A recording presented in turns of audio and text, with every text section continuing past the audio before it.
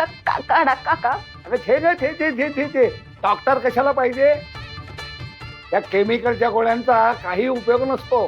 खरं म्हणजे आयुर्वेदात इतके जालिम उपाय आहेत, काही विचारू नको. घे घे काढा घे काढा घे. दे दे दे. घ्या घ्या. चांगला गरम आहे, घेऊन टाका. बरं कोणाला नाही आहे, घ्या घ्या घ्या. बरं वाटत नव्हतं का नाही? पोटात कोण कोण होती की नाही? त्राण नव्हते.